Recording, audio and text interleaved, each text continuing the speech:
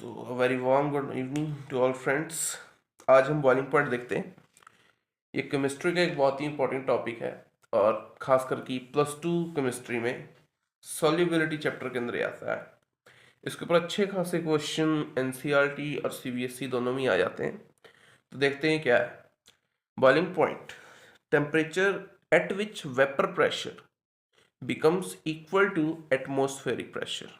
मतलब वो टेम्परेचर जब हम किसी चीज़ को बॉयल करना स्टार्ट करते हैं और वो बॉयल होने लगती है तो उससे जो वेपर्स निकलते हैं उनका जो प्रेशर है वो एटमॉस्फेरिक प्रेशर के बराबर हो जाता है। जैसे कि ये देखिए, ये कंटेनर है, ठीक है, और मान लीजिए वाटर है और इससे वेपर्स निकल रहे हैं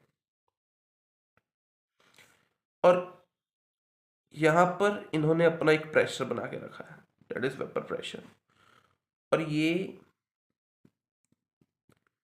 एटमॉस्फेरिक प्रेशर के बराबर हो गया। डन। तब हम इसे बोलेंगे बॉइलिंग पॉइंट कि ये हमारा एक क्या है, ये हमारा एक बॉइलिंग पॉइंट है। डन। तो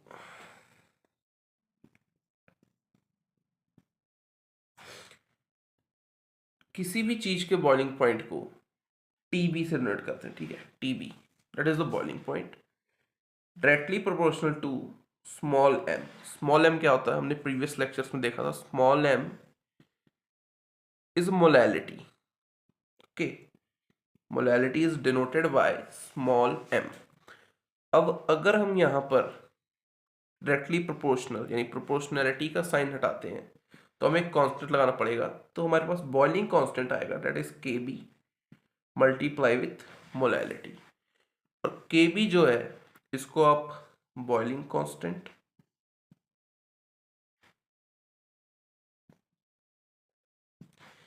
और इसका एक नाम है इब्यूलियोस्कोपिक constant.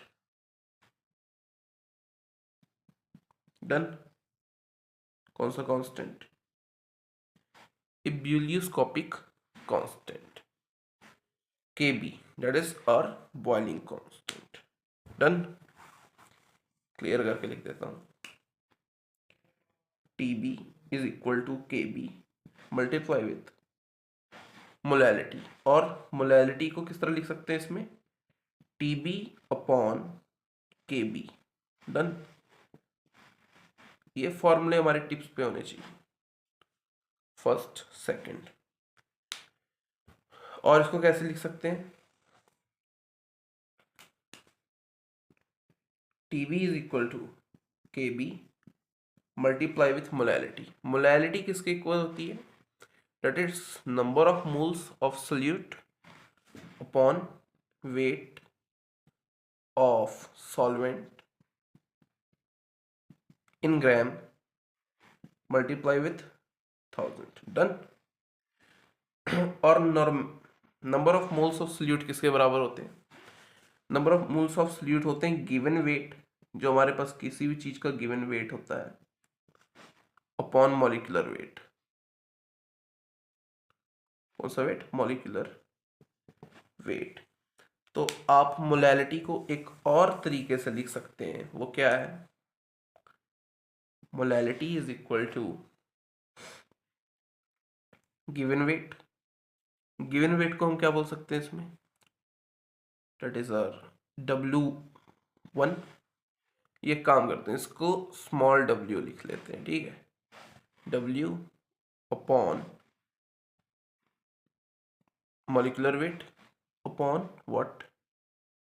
Capital W, weight of solvent. Solvent excess में होता है इसलिए इसको हम कैपिटल W से डिनोट कर देंगे, और सोल्यूट हमारे पास स्मॉल अमाउंट में होता है इसलिए इसको स्मॉल w से डिनोट कर देते हैं, ठीक है।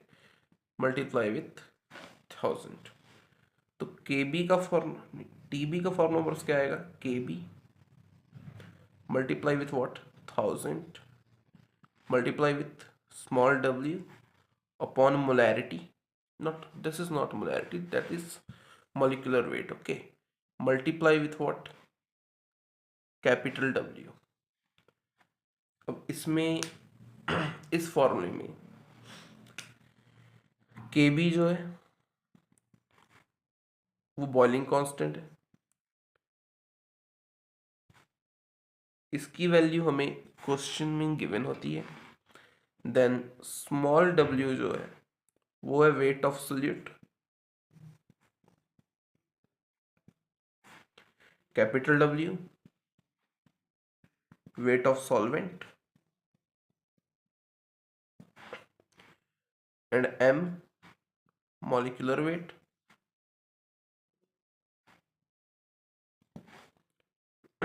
और TB क्या है? Boiling point. डन।